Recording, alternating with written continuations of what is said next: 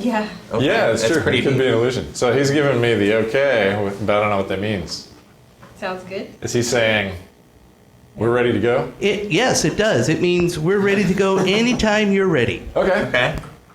Awesome. Well, I'm ready if you guys are ready. Everybody ready? Sure. Yep. Yeah. Ready. All right. Well, we're here to explore captioning at Western, and I'm Terrell Thompson.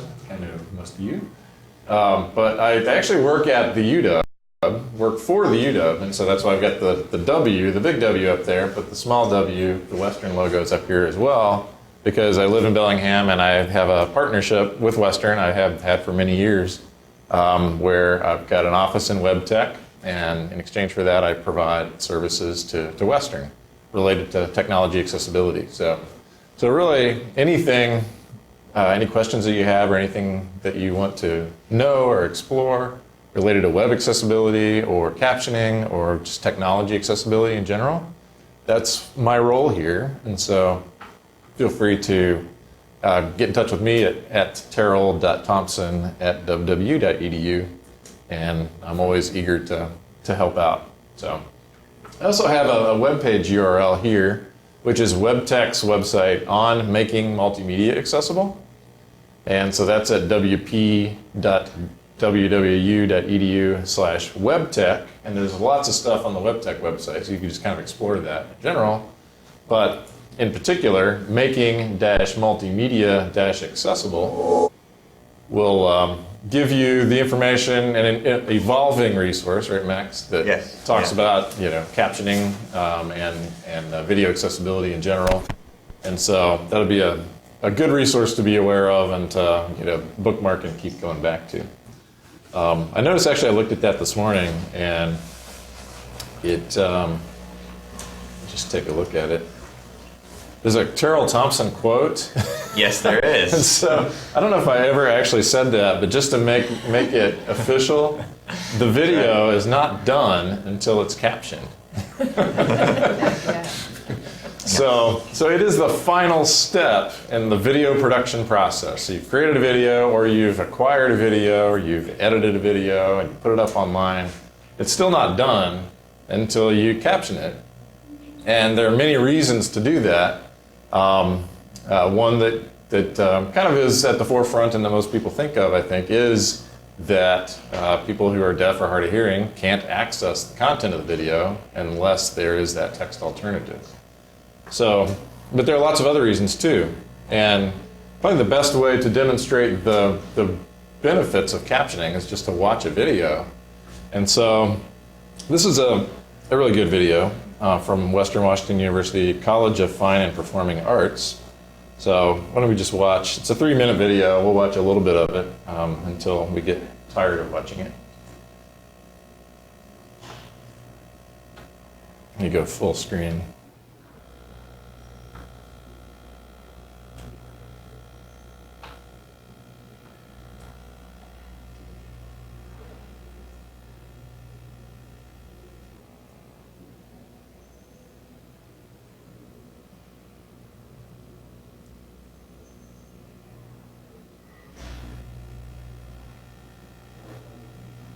So what do you think so far? I'm tired of watching. Not getting a whole lot out of it, particularly It's not done. as people are speaking. What's that's not done, right? It's not done. So obviously, and there's some interesting things happening visually, but there are also people speaking, and we have no idea what they're saying. And so we need captions for that purpose, so that we can actually benefit. And this video does happen to be captioned, and so if we go back to that point where people were speaking, then we can access that content. And I believe right now all of College of Fine and Performing Arts videos are captioned. That's awesome. Who did that? Chris Caskia and Justine Maynard. Oh, nice. Yeah. So another benefit is that if we don't understand English and we still want to find out something about what's going on in this video, then captions make that possible. And so we can click on the caption button, or on the settings button. YouTube keeps changing things in the interface, but you click on settings, and then click on the subtitles/CC area, then we can auto-translate this into any language that Google supports. So if we wanted, for example, to translate it into Arabic, then it automatically does that. And it's only as good as what Google's automatic translation is, but that's getting better and better all the time. And it's actually pretty good. I've talked to some people who are not native English speakers, as to whether they actually benefit from this feature, and they say yes. That if they're looking at a video and they really have no idea what's going on in the video because they don't understand the English well enough, then they can get enough from translating it that they at least understand what's being said. There may be some inaccuracies here and there, but it actually is a really great feature, and only possible if you've got that underlying caption layer. So if we change that back to English, another really excellent feature for all of us, because we are time impaired, we don't have time to watch a lot of videos probably. I'm speaking for myself, but I think that's true for most people, that if we got a 10-minute video to watch, it's hard to find 10 minutes of your day to sit down and do that. And that's just one video among the hundreds that could be informative and something that we might want to access. But in YouTube, if we click on More underneath the video and select Transcript, then there is an interactive transcript that is created from the captions. And so we can just sort of scan through this, read the content, and at any point where we want to check out that portion of the video, we can just click, and that loads the video at that point, and then we can just watch it at that point. So that's an incredible feature, I think, and we're seeing more and more of that in lecture capture software and various places on the web, that you could take that caption track, repurpose it as an interactive transcript, and think about a student who is studying for a final and needs to go back to the lectures, and revisit some stuff they know was said, but they can't remember which lecture it was said in. It could take forever to hunt that down and replay it. But if they can just search, the entire course, everything that was ever said in the course, and go straight to that point in the video, in a particular lecture where that content was spoken, then that's just a huge time saver for students. So this is kind of, as we're talking about captioning on campus, I think this sort of functionality and the benefits it provides for absolutely everybody really are sort of helping to drive the demand that we really would love to caption all of our video, just because it makes this sort of functionality possible, and it makes it accessible to people who otherwise don't have access to it. It makes it fully interactive, makes it searchable, it is translatable. There's just so many reasons to caption our video. Are you able to speak to if search engines actually read transcripts for search results? If I search for the College of Fine Arts student theater productions, would this video maybe come up because it's in the transcript? I don't know that I can speak knowingly about what's going on at Google, but I believe that's why they are so invested in making captions happen, is they like that searchability piece. And back when there was Google Video, before they rolled that into YouTube and then it went away, Google Video actually did show specific captions in search results. So you could go directly to a point in a video through the search results. And I haven't seen that in Google Video, but or in YouTube, but Right. But with Google search results, you see more and more video showing up in the results, and so they're getting data from those videos, whether it's caption data or just metadata. I'm not sure, but certainly I think it can help. Thanks.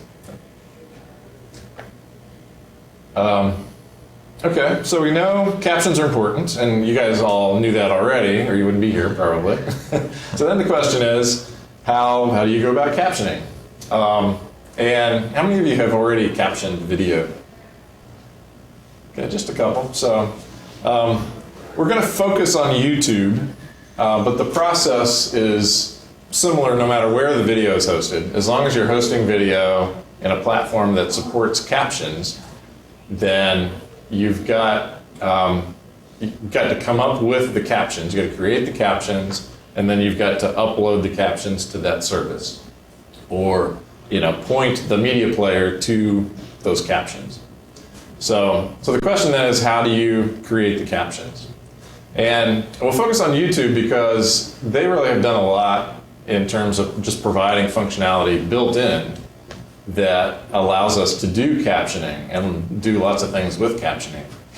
And so it's really kind of state of the art. And then we'll also spend a little bit of time in Amara, which is a third-party website that allows us to caption videos as well. So just to sort of compare what the two different approaches are like. So I'm going to go over to YouTube. This is my personal YouTube channel. I just uploaded a video yesterday. But essentially, as the video owner on YouTube, this is kind of a key, that the functionality that's available for captioning videos in YouTube requires that you be the owner of the video, although that's kind of evolving, and we'll talk in a moment about how that's evolving. But as the owner of the video, we can go into the video manager, and how you get there seems to change almost daily. So I won't dwell too much on the details, but somewhere within your YouTube account, after you've logged in, there is a video manager link. And that shows all the videos that you have uploaded, and there are different things that you can do then to those videos. And so here's one. It's actually a video that we produced at the University of Washington, but it features Max as well as a bunch of other stars from Western Washington. Thanks. Yes, stars. We see Marie Rainey here, who's now, I think, in the Caribbean basking on the beach. But she once was in her office talking about web accessibility, and so we captured her on video doing that. And I'm going to turn up the volume now.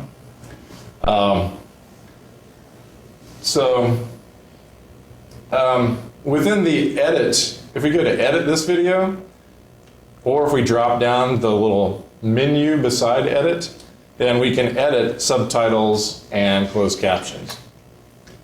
And if we actually just click on the edit button, then there is a subtitles and closed caption tab that we can access. So it's pretty easy to find. And it gives us automatic captions automatically. In pretty much any video that's uploaded to YouTube gets captioned. And it doesn't take them very long to do that. And it all happens with speech recognition technology. So they're behind the scenes working to improve this science. And it's getting better and better all the time, but it still makes quite a few mistakes. But we can actually view the automatic English captions just to see how well the machine did at captioning this. And that may impact then what we choose to do next. Because if it's halfway decent, then maybe all you got to do is edit the existing captions rather than starting over from scratch. But let's give this a look and see. The web is about information accessibility. It's really a basic human freedom that we're just really beginning to talk about in the last decade. It's important, therefore, that everybody have this freedom. Any freedom that's only allotted to a... So what do you notice right off the top?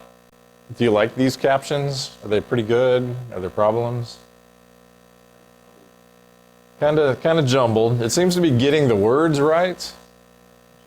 But yeah, there's no punctuation at all. And this is a shortcoming of where Google is currently with this technology. They don't seem to have figured out punctuation yet. I'm sure they're working on that, and that's, I'm sure, very hard.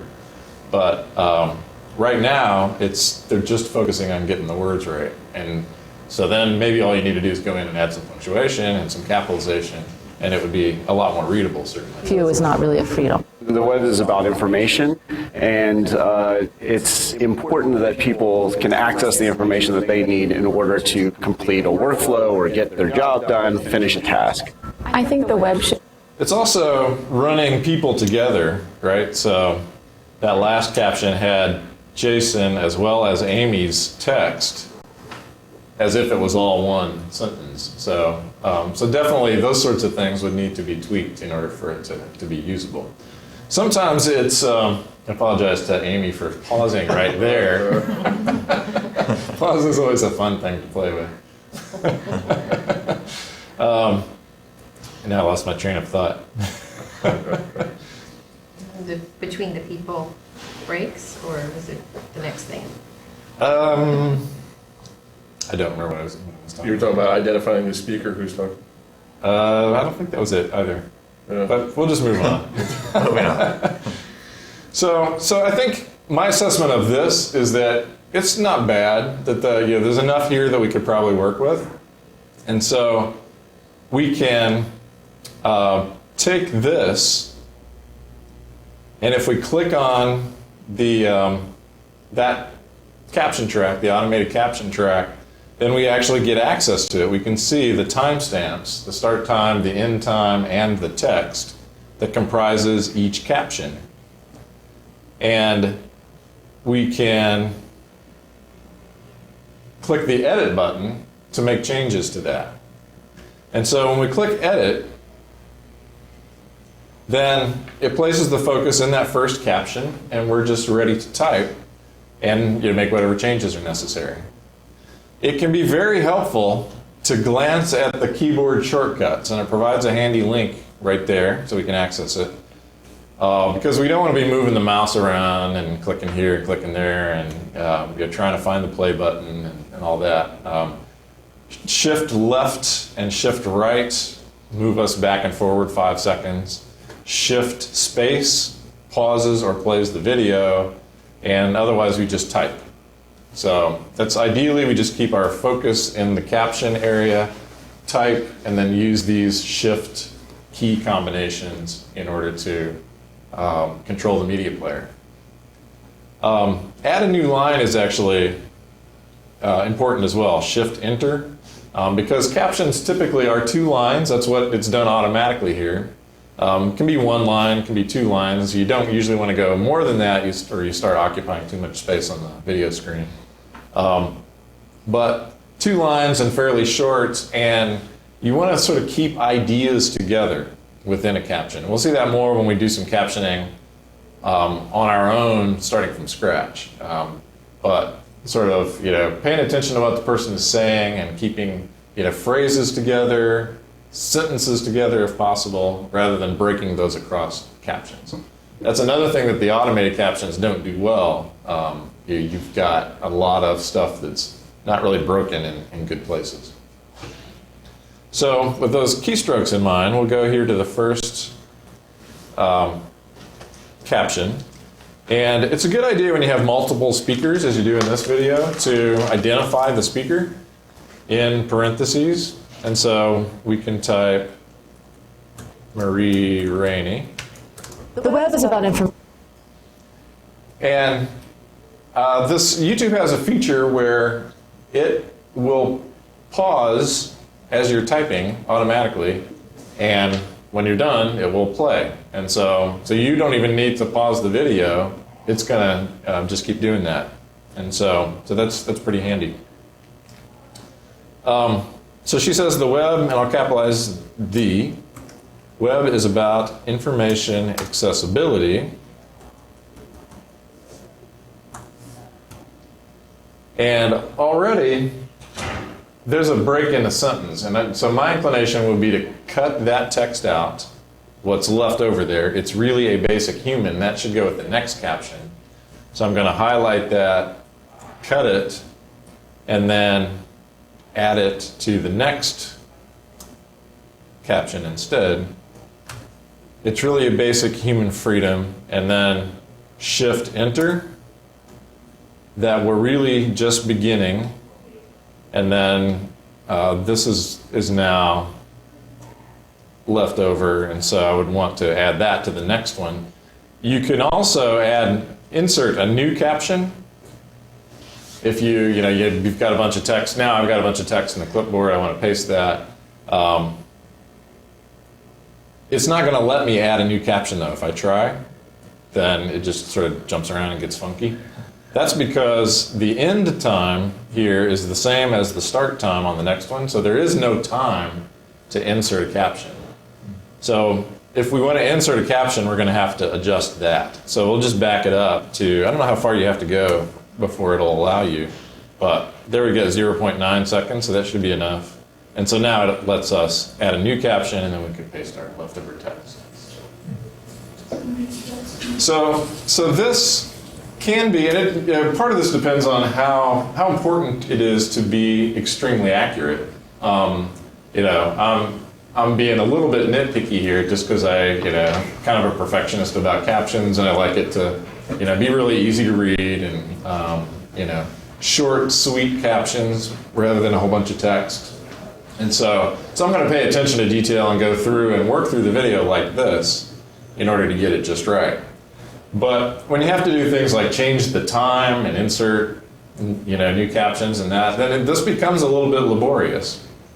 So if it's just a matter of going in and adding a period here and capitalizing a letter there, then it's not going to take this much time. It would be pretty quick to just go through, correct the things that need to be corrected, especially correct the words that are incorrect, and there are always going to be at least a few of those that do change the meaning. And then you're done. So it can be a pretty quick process, but it just depends on how perfect you want to be. Otherwise, we actually have done some research, some informal research, not anything we've published, but we've had students who have captioned things from scratch. So these aren't professional captionists, they're just people that we showed how to do it. They captioned things from scratch, and they went through this process to edit the automated captions on a variety of different videos. And we found that in general, it is faster for them to caption from scratch. There's a rhythm that develops, and this is not at all rhythmic. So if you're captioning from scratch, then things just kind of flow. You type, you listen, you type, you listen, you type, and before you know it, you're done. Whereas this is just a lot less. It's more of a kind of a clumsy process. I've got a question about when you entered the speaker's name. Do you do that even if there's text on the screen that identifies the speaker? Just so that it's in a caption? Yeah, I do it because of the transcript. If you think about the fact that the captions are going to be repurposed as a transcript, and that's separate from the video, then somebody might be reading the transcript and not looking at the video. Right. So then it's helpful to know, who's talking. Yeah. Makes sense. Any other questions about editing an existing caption track? I'm curious if Google will eventually release a feature that will say, recaption this. Like a year from now, if their technology's significantly better, it'd be interesting if they could say, hey, we've improved this a lot. Press this button and do it again. Yeah. And maybe they have fixed some of these problems by then. Yeah, that could be. I'd like to see that, because there are millions of videos that they have automatically captioned, and some of those are really bad. So I'd actually like to tell a story about Canvas, the learning management system, whose videos used to be, well, they still are. A lot of their help videos are online, like on YouTube. And anybody ever watched the automatic captions from those Canvas videos? There was one in particular a couple years ago that was featured on the front of their YouTube channel, and it was one of the co-founders of the company talking about why he founded Canvas and and just really sort of hyping up the product. And if you looked at the captions, he was cussing like a sailor. That's not what he was saying, but he was dropping the F-bomb, and and so I sent them the URL. And we've got a relationship where we're working with them on accessibility anyway. I sent them the URL and said, is this really what your co-founder was saying, or If not, then you probably want to consider captioning your videos rather than letting YouTube do it, because YouTube's not doing, a reliable job. And it wasn't long at all before they had their videos captioned. Now, I'm pretty sure they're captioning everything that they put up. So that can be pretty convincing that the automatic captions, do send the wrong message. Was it just making mistakes, or was it hacked? It was making mistakes, yeah. If you listen to it, he talks pretty fast, this guy, and you could hear how it sounded like somebody might think that he was cussing when in fact he wasn't. But yeah, it's all. I'm curious on the one that you're editing. When you save it, is there still an automatic caption that's unedited plus your edited one? That's a good question. I mean, is there a save as, or does it save right over the top? Yeah, so down at the bottom, we can publish the edits, and we might as well just do that. This is a private video, so nobody's got to notice. And so we now have two versions. It created a new English version this is now the official English captions, because it assumes a human has been involved, and so it's an improvement. And so this is another step, that if you do go in and add captions, then you want to remove the automatic captions, because otherwise you get two English captions and people are likely to get confused by that. And so now you can go into the English, and on the Actions menu, you can unpublish. And so what we have now, if we look at our subtitles and captions, is the published English and a draft English. And I wish that they would continue to identify that as the automatic English, because then it's a little bit confusing. But you just have to know that once you have unpublished those automatic captions, they still show up, but they're now a draft.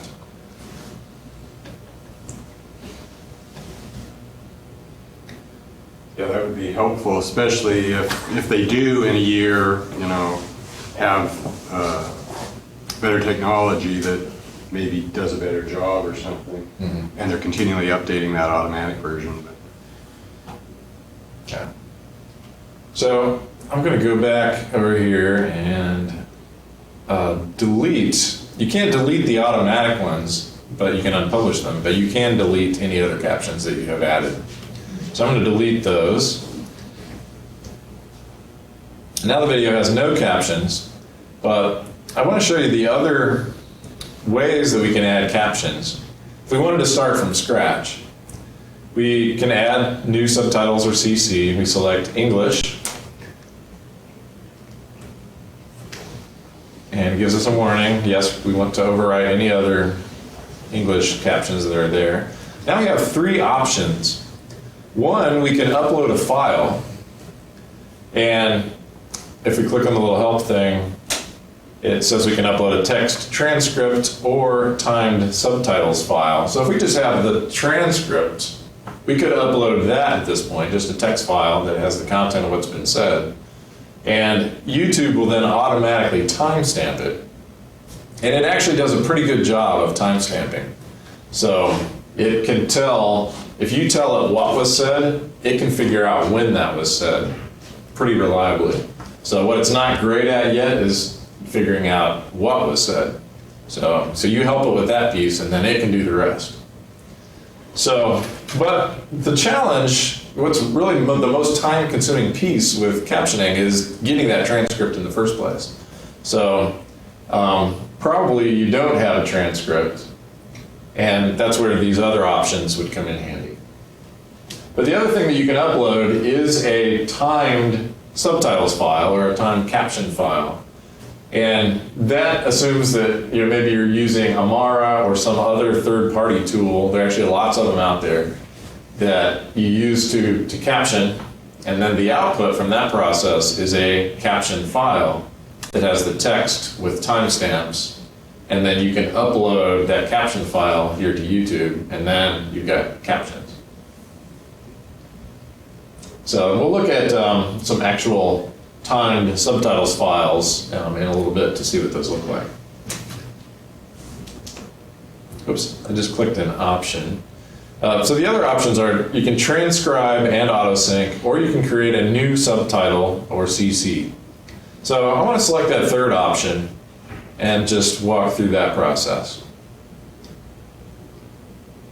So the same keyboard shortcuts apply. Shift space plays the video and pauses, but it also does auto pause here, I think. But essentially we just want to listen to the video and want to type what we hear. Oops. The web is about information. So I'm starting to type, so I paused already. The web is about information. Oops, again. Information accessibility. It's really a basic human freedom that we're just Accessibility. So that's a full sentence. That might be a good caption in and of itself. So I press enter to create that as a caption and then move on to the next one. Anybody remember what she said? It's really a basic freedom or something like that. just really beginning to talk about in the last decade. It's really a basic human freedom that we're just really beginning. Back a little bit. The web is about information accessibility. It's really a basic human freedom. Human freedom that. Human freedom. And then I'll do Shift Enter, because that's not the end of the sentence yet, and we've got another line to work with. So Shift Enter to bring it down. We're just really beginning to talk about in the last. That we're just really beginning. And then I'll break that and move on to another caption. So it's not the end of the sentence, but her sentence is going to be a little too long to fit on one caption. So we'll break it up a little bit, but we'll keep the ideas together. To talk about. Important, therefore, that everybody have this talk about in the last decade. In the last decade. It's important there. So that's the end of a sentence there. So I'll break that, go on to a new caption. Any freedom that's only. It's important there. Now she said there, and that's a philosophical question. Some people say yes, capture absolutely everything because it says something about the person's communication style or whatever. Other people say no, it's distracting. Just capture the words that are said, not sounds. And so I tend to opt for the latter, unless there might be some cases where the really does sort of suggest thinking or is exaggerated to the point where it needs to be captured. But I think in this case we can just ignore it. For that everybody have to talk about in the last decade. It's important, therefore, that everybody have. That everybody, Shift Enter, Of this freedom. Any freedom that's only. Has this freedom. Any freedom. Everybody have this freedom. Any freedom that's only allotted to a few is not. That's only allotted to a few. Not really a freedom. For that everybody have this freedom. Any freedom that's only allotted to a few is not really a. Is not really a freedom. Okay, and then we're moving on to Jason. And so then we would put Jason in parentheses and then caption what he had to say.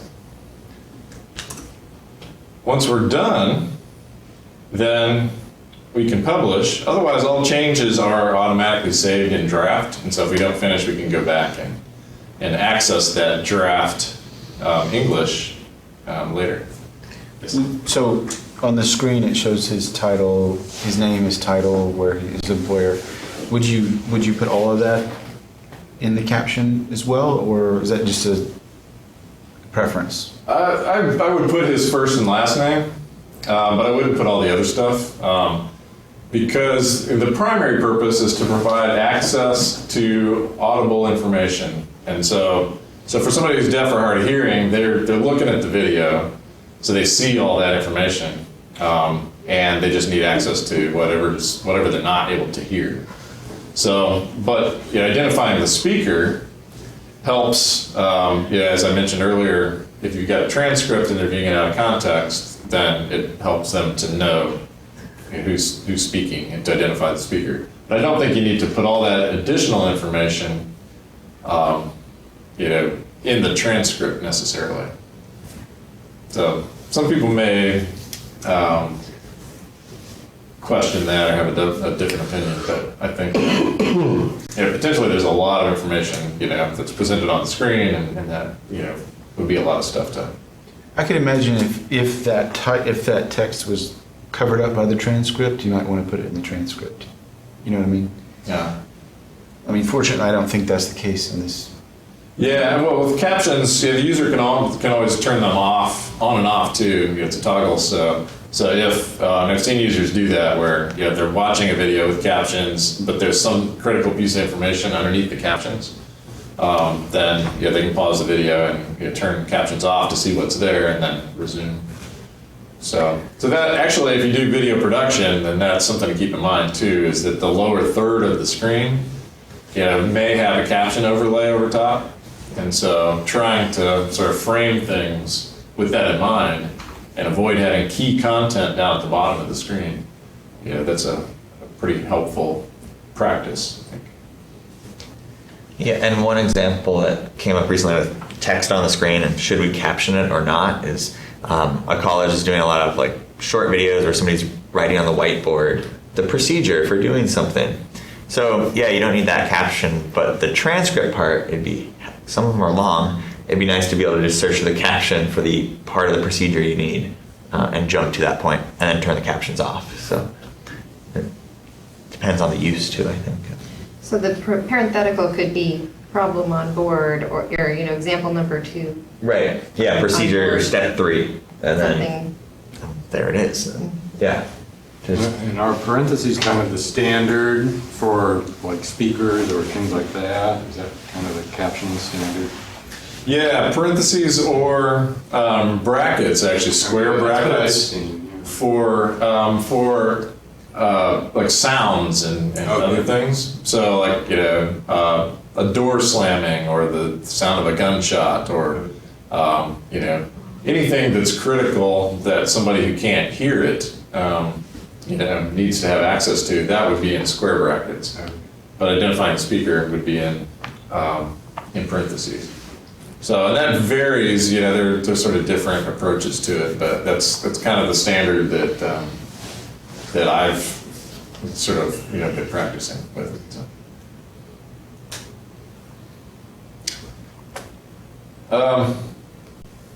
So what's happening over here underneath the player as we've typed all this is that we have a timeline, and the captions now appear on the timeline. And so this is kind of the final step. You've gone through and you've typed everything, and you really don't need, up until now, you don't really need to be concerned about getting the timing exactly right. You just want to think about the content that you have in each caption cell.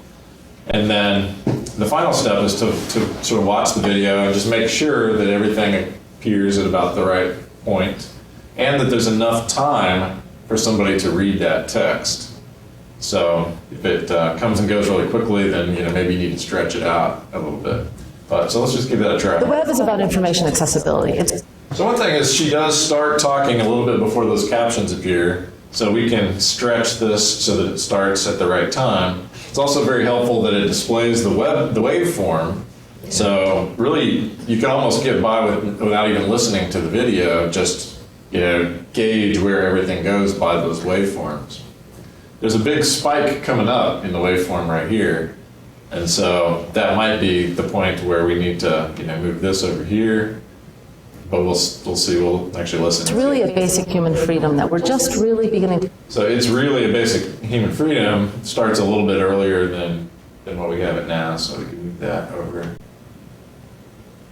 To talk about in the last decade. And then the last decade piece was a little earlier. So you just kind of move things around, and they don't have to be perfect, but should roughly coincide with what's being said. It's important, therefore, that everybody. So does that make sense? They have this freedom. That's pretty cool. I think the big spike, by the way, was the I was kind of surprised to find that. It was a very strong So that's method 2. Method 1 is uploading a transcript and letting it do the timing.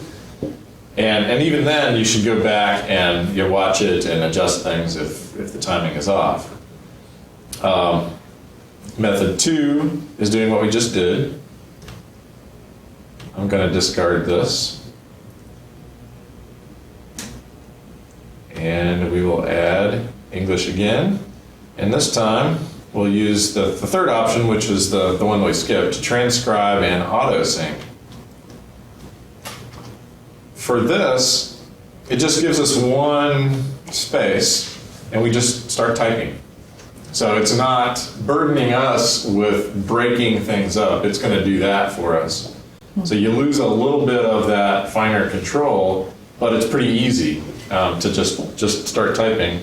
And there's this checkbox, pause video and typing. So it's essentially, you don't have to control the player at all. You just type and listen, and it'll pause and play for you. So we will do shift space to start.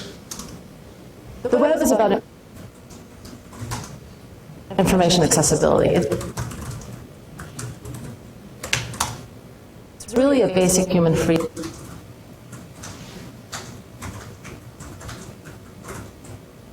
that we're just really That certainly seems easier. And we do have, if we want to force the breaks and so forth, like we were doing before, we can do shift enter and it will honor those breaks. And so that's I say this for last because it really, I think, is probably the best way to go if you're going to do captioning directly within YouTube. Yeah. Cool. Is there a way to add kind of like chapters or big breakpoints? Like, let's say you wanted to, in the transcript, you wanted to say Marie, Jason, Tom, whatever, so that somebody could break up the transcript visually. As far as I know, and anybody correct me if I'm wrong, YouTube does not support that. There is a way elsewhere to do that. HTML5 has the new video tag, right? That allows you to put video in web pages very easily. And inside the video tag, you can have the track tag, which is timed text that's synchronized with the video. And so that's HTML5's way of allowing you to add captions to videos. So you use the track tag to point to a caption file, and that caption file then gets synchronized with the video. And there are different kinds of track tags, and you use the kind attribute to say what kind of track is this. It can be a kind equals captions, if it's a caption file, kind equals descriptions, which is a text-based description of content, like supplemental narration for blind users that a screen reader would read. So that's very helpful if you've got on-screen text or anything that's happening visually that isn't obvious through the audio, then you can provide that supplemental description for blind people. And one of the kinds, kind equals chapters, which is exactly what you're describing. And so that could be a very, very simple text file. It has a start time and just a descriptor, a label or a name for a chapter. And then if you have a media player that supports chapters, then the user can jump right to that point from a menu and jump through the video using those chapters. So we have an open source video player that I've developed called Able Player that does support chapters. And so, but we're trying to get it out there a little bit more. And Nigel in WebTech has been working on a Drupal module for Able Player, and I'm working on a WordPress plugin. And so we're hoping to make it easier for people to use. But that is one media player, and to my knowledge, is the only media player at this point that supports chapters. But it is built into the HTML5 spec, and so I think we're going to see more support for that, in the future. Okay. But definitely that's a cool thing just for adding structure and organization and navigability within a video.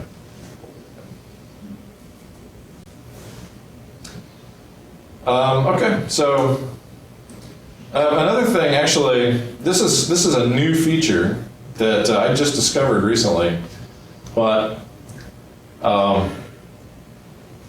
if we go back up to the subtitles and CC area, there's this option, community submissions, on or off.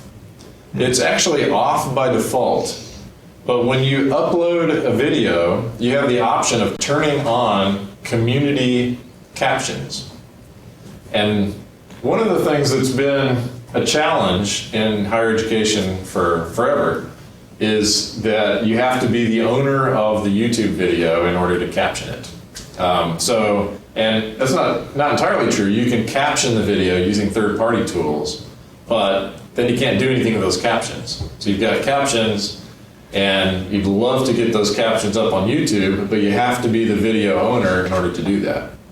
So I know a lot of people in disability resources for students or disability services offices have captioned videos and then tried to get in touch with the YouTube owner, the owner of that video, and say, hey, I did you a favor and captioned your video, and you can upload it. Here are the steps for uploading it, and then more people will have access to your video. And sometimes that works, but sometimes people just don't pay attention. They're hard to reach. Don't pay attention to the YouTube inbox or whatever, and so you never hear back from them. I've never heard of anybody getting angry that somebody captioned their video for them. So that's kind of been the approach: is caption it and then try to get the owner to upload it. So, and that's still, it's necessary to get the owner's involvement with community submissions, but now it's just wide open. YouTube, if you have this checkbox checked that you want community caption submissions to be on, then people are encouraged when they watch the video, there's a link that says caption this video or subtitle this video in another language, and people then can click that link and can do that. And then the video owner gets notified that somebody has submitted a caption, and that's in a queue then that the owner has to review and just make sure that it's not spam. And then they can approve it, and then it goes live, in the video. So I would say anytime you upload a video, turn that on. And if you intend to go back and caption it at some point, maybe somebody else will do it for you, and you can just take advantage of that, crowdsourcing to get some of your captions done. Yes, Cool. Do you get notified that someone has uploaded something to your video and get a chance to approve it, or? Yeah. So what happens then? In your YouTube channel, and you get an email. So however you check your YouTube, and it would probably come into your Gmail inbox, and then you can go into somewhere. There's a community. Sometimes there's a community link in the menu. I'm not seeing it at the moment. Maybe it's because I don't have anything pending, and so there's just no menu option. Weird. There's a little bell in the top right corner. I wonder if there like a notification would appear there or something. Maybe. And maybe it's a resolution issue too. I'm getting a mobile interface here because I'm at a lower resolution. Right. But at a higher resolution, there's a community option here, and when you click on that, it gives you some sub options, but one of those is to view the queue of pending captions and subtitles. And then it just shows them to you and has an interface for viewing what somebody has produced, and then clicking a button that says approve, and that makes that caption track or subtitle track live. Cool. So that's especially cool for subtitling, because there really are a lot of people that are actively subtitling video into other languages. And that's where services like Amara come in, this was designed to facilitate crowdsourcing of captioning and subtitling. So getting the world engaged in translating content, video content, into other languages. And it's very active. This is the service that TED Talks uses, and they've got just incredible productivity with hundreds of volunteers who have translated thousands of TED Talks videos into dozens or more languages. And so they're very, very active community. And essentially the way this works is you upload a video, and then the community, it's available for anybody to work on. They can caption it, they can subtitle it. And if you've got a really interesting video, then you're likely to get some action there. People will actually help out with that. We actually, with one of the groups that I work with at the University of Washington called Do It, Disabilities, Opportunities, Internetworking, and Technology, we have an Amara community, and we actively engage with those people. There are roughly 100 participants now who are volunteering to translate our videos that we produce into a bunch of different languages.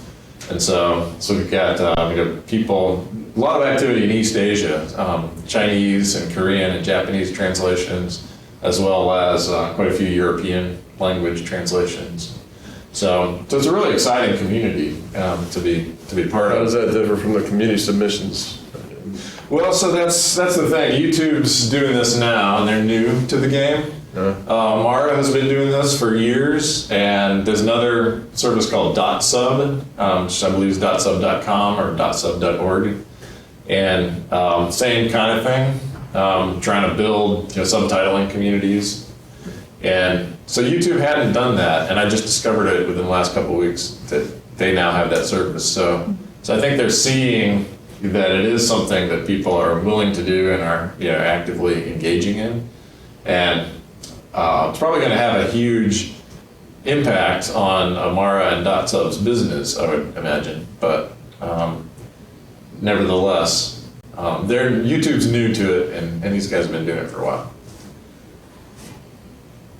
But Amara also provides an interface that the more you work with YouTube, at least for me, the more I find little annoyances, just things that don't quite work right as you're working with the editor. That's getting less and less true all the time as they're improving things. But for a while, I really didn't like working in the YouTube caption editor, and so I would just caption videos in Amara or in .sub. They both worked better than YouTube, I thought. And the way that works is you create an account, first of all, in Amara, and then here on the Amara homepage, we can just go subtitle video, and then we enter the URL for any public-facing video. And so that can be, as the example suggests, a YouTube video. Just give the YouTube URL, and it's able to grab that video. It also supports, as it says, Vimeo, and just any standard video format, MP4, WebM, FLV, OGG, MP3.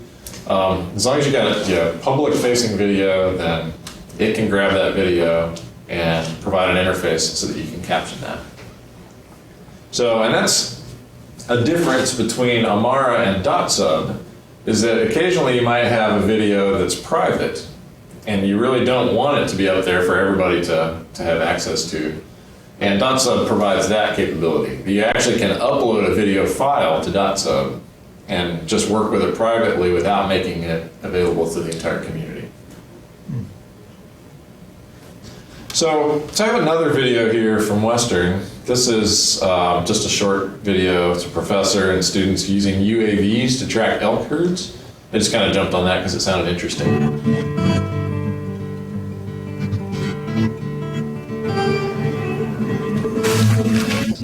And we're here today doing a UAV survey, unmanned aircraft survey for it. So it does have a CC button, but if we go down and view the transcript, we can see that it's clearly, and it says that it's automatic captions, but you can see they didn't do a very good job. You got one caption that says on, another one that says one, another one that says I'm, another one that says one again.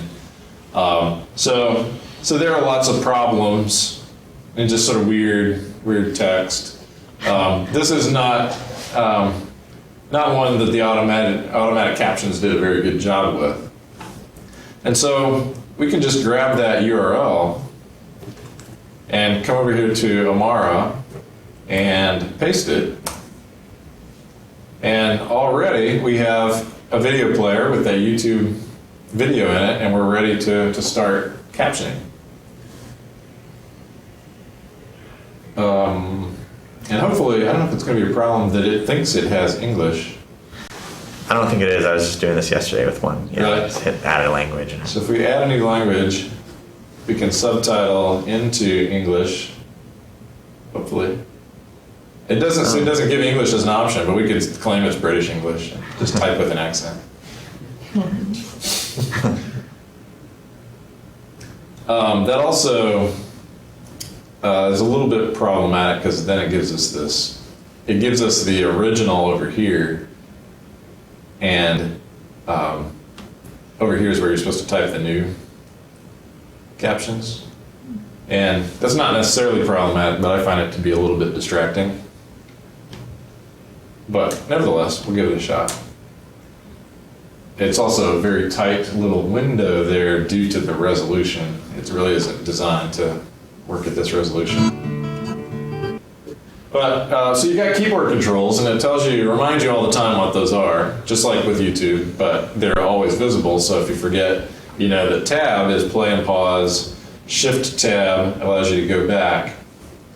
And one of the reasons I like this better than YouTube is I'm an old hat at using the keyboard for everything, and so I'm used to doing like shift and arrow keys to jump from word to word as I'm typing or editing, and YouTube is using those keys for other purposes, and so I find that I'm always thinking that I'm jumping around within the text, but it actually rewinds the video or fast forwards the video.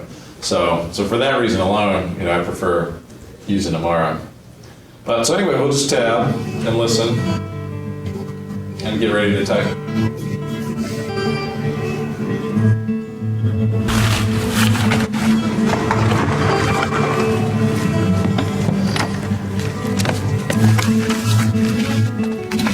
Could be an animal number, whatever. 7. I'm Dave Wallen. I'm a professor at Western. I'm Dave Wallen. I'll do Shift Tab. I'm a professor Washington University. And at Western Washington University. And part of what we're seeing here is due to the resolution too. It's wrapping over onto 3 lines, whereas normally I'm pretty sure this would just be a 2-line caption. But we'll break it there. Environmental Sciences. Department of.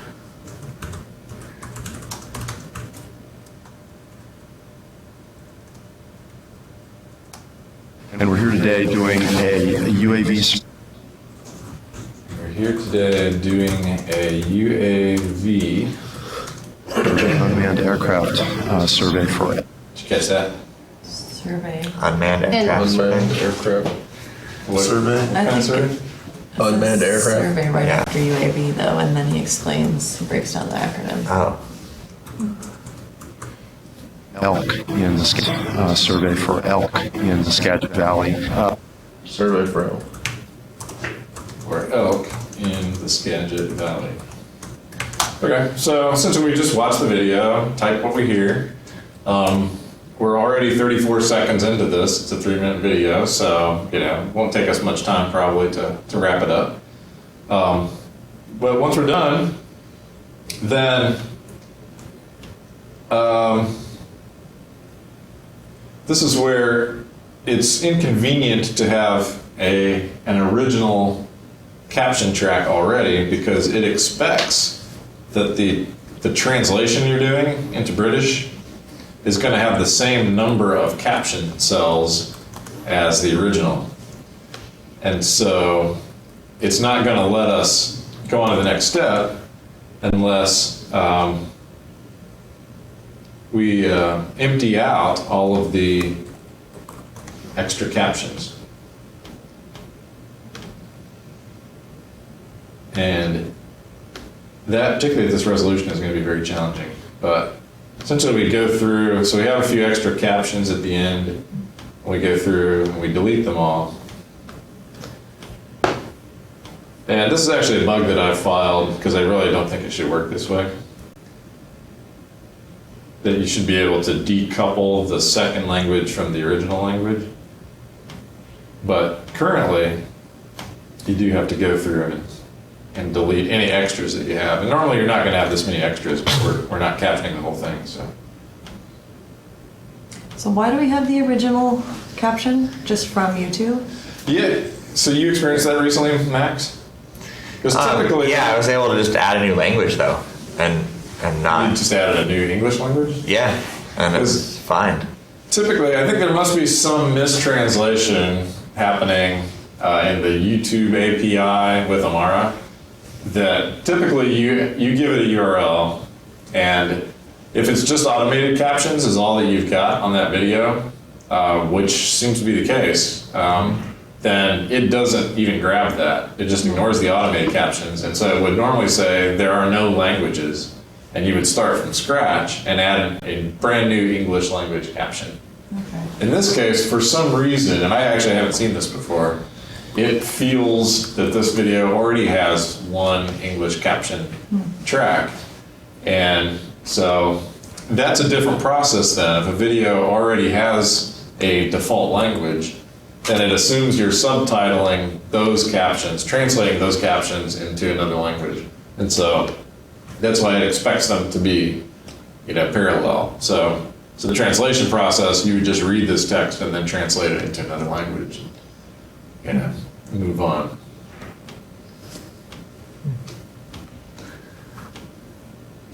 And we're almost there. All right. So now we've captioned our video, and so that's the end of step one. It says it's a 3-step process. Yes, we want to start syncing.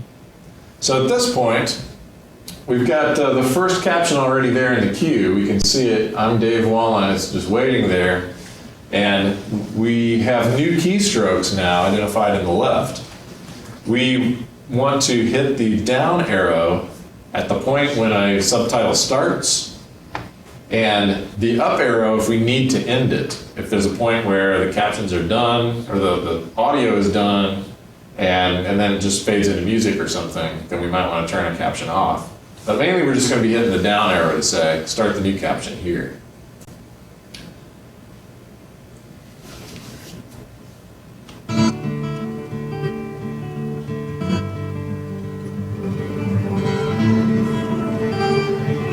Okay, so this isn't working as expected in a lot of ways. Normally, that would just wait until we got to it. So I have no idea why this is behaving so differently.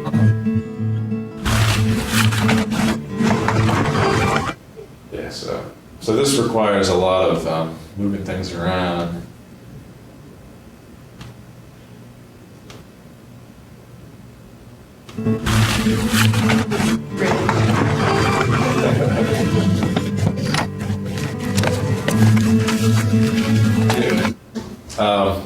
So I'm not doing a very good job of selling Amara as a viable alternative. But Amara deserves most of the blame for that, I think. Her stock prices went down 20% during this. So typically, the way it works is you watch the video and you just hit down arrow, down arrow, down arrow, down arrow. That starts a new caption at that point. And then it places all those captions exactly where you expect them to be based on where you hit the down arrow at. Sometimes you get a little trigger happy and you push the down arrow at the wrong point, but you don't worry about that because then the final step, step 3, review and complete, allows you to go back in and reposition these just like you did in YouTube. So, a couple nice things about Amara when it's behaving itself are that it's just got different keystrokes, and so I find that I work more gracefully with it. But also, at full resolution, you have some information that appears down here beside the caption track that you're entering, and it'll give you an alert if your caption is too long. So if you're typing text And I don't know exactly what its threshold is, but it has a particular threshold that it feels is kind of the standard best practice. And if you get too many characters, then it's going to say, you should consider shortening that.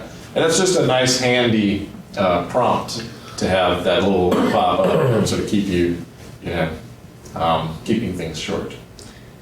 Yeah, I believe the threshold it likes is 42 characters per line, and then you get that exclamation mark, which is in the right.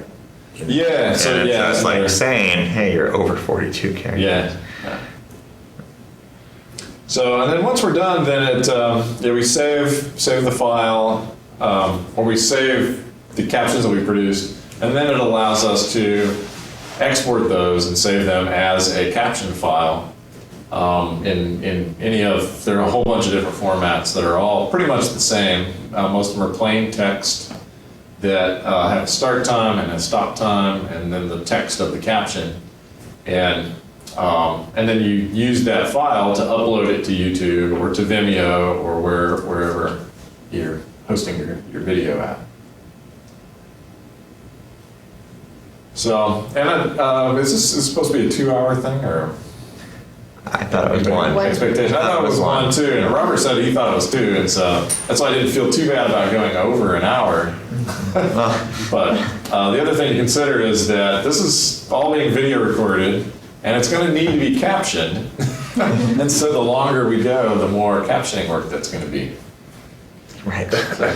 I've got one question.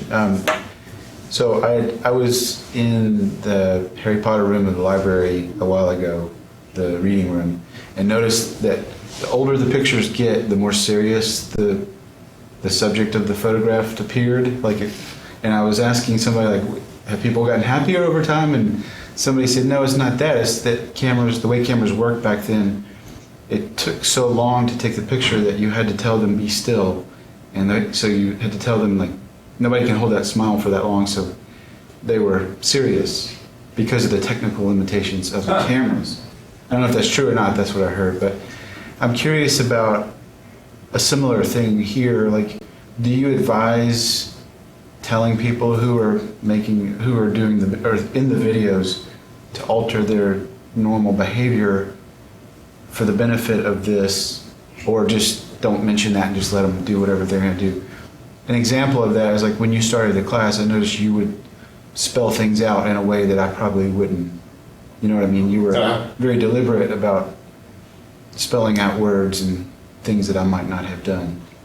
Yeah, that's I'm kind of in the habit of doing that just because I present to a lot of audiences where people in the audience can't see, and I always make that assumption that there may be somebody, because the text is kind of small, somebody who can't figure out what that text is. And so with the URL, I'll describe that or spell that out, and anything that's happening that's visual and that requires somebody to see the screen or to see what's going on, then I just sort of make the assumption that there's going to be somebody who, for whatever reason, they're sitting too far in the back, or somebody's in front of them, or they're looking down at the time.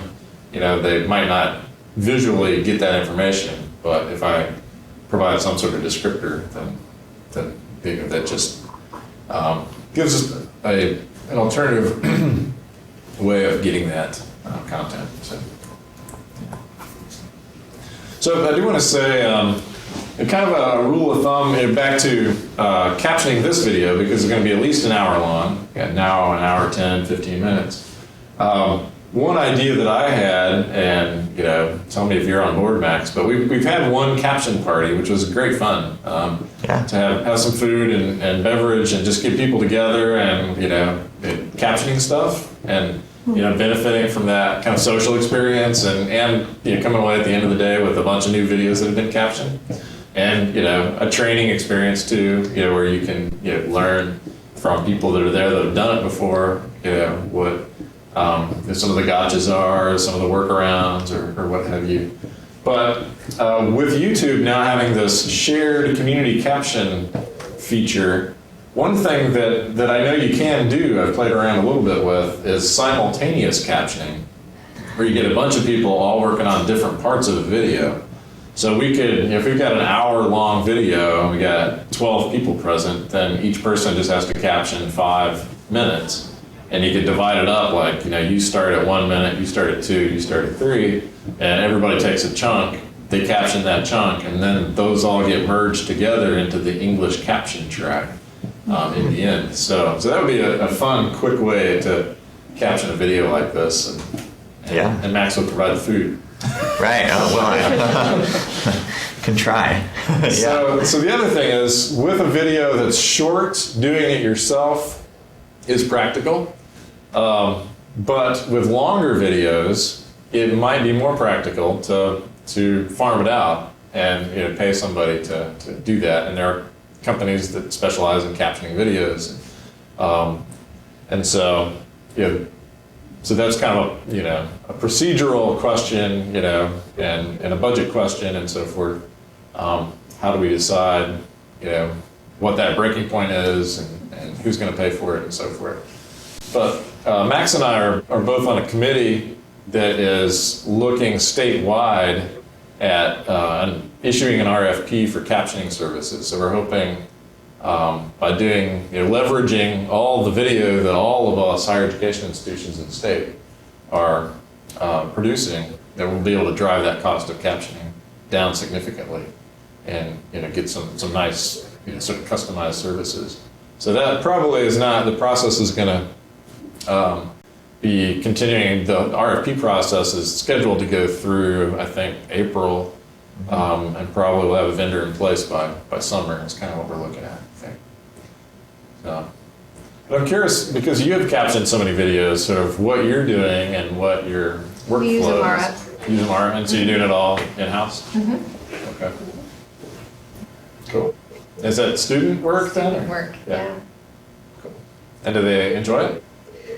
I don't know if they would say they enjoy it, but they get in the rhythm, like you say. Sometimes it's a nice little focus and get it done, and it's fine. Yeah. It's fine. I don't know if it's super rewarding, challenging work, but it's good to do. I've heard from some students who are captioning like academic stuff within their department. Oh, yeah. That it really reinforces the learning for them. That they get the concepts a lot better, if they're captioning that particular content. Oh yeah, they always enjoy it when it's interesting. Yeah. Yeah. So okay, well, since none of us are going to answer the phone, I guess we apparently.